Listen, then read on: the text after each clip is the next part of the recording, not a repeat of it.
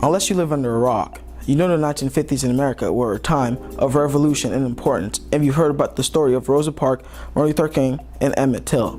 But have you heard of these guys?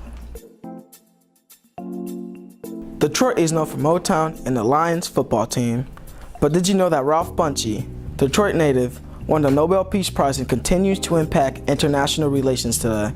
He was the first non-European and non-white to win a Nobel Peace Prize, and that's pretty cool.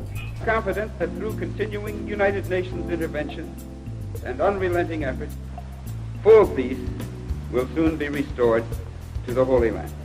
Bayard Rustin is probably best known as key advisor for Martin Luther King Jr. and the organizer of the March on Washington, but he did much more than that. The problem can never be stated in terms of black and white. He brought some of the goodness of Gandhi's mindset to the civil rights movement and fought openly for the rights of all people and deserve our respect.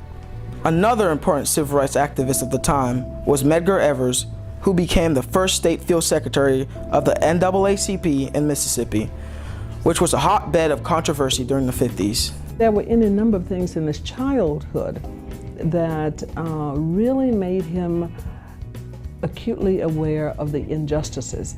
And as a young man who volunteered to go into the army to fight for his country in World War II, and then come home and find that he was still a second-class citizen, not being able to register and vote, he said, this has to change.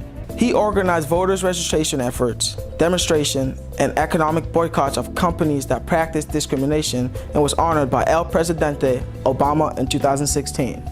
Until the 50s, our country was mostly segregated. Blacks and whites went to separate schools, ate at different restaurants, and lived in different neighborhoods.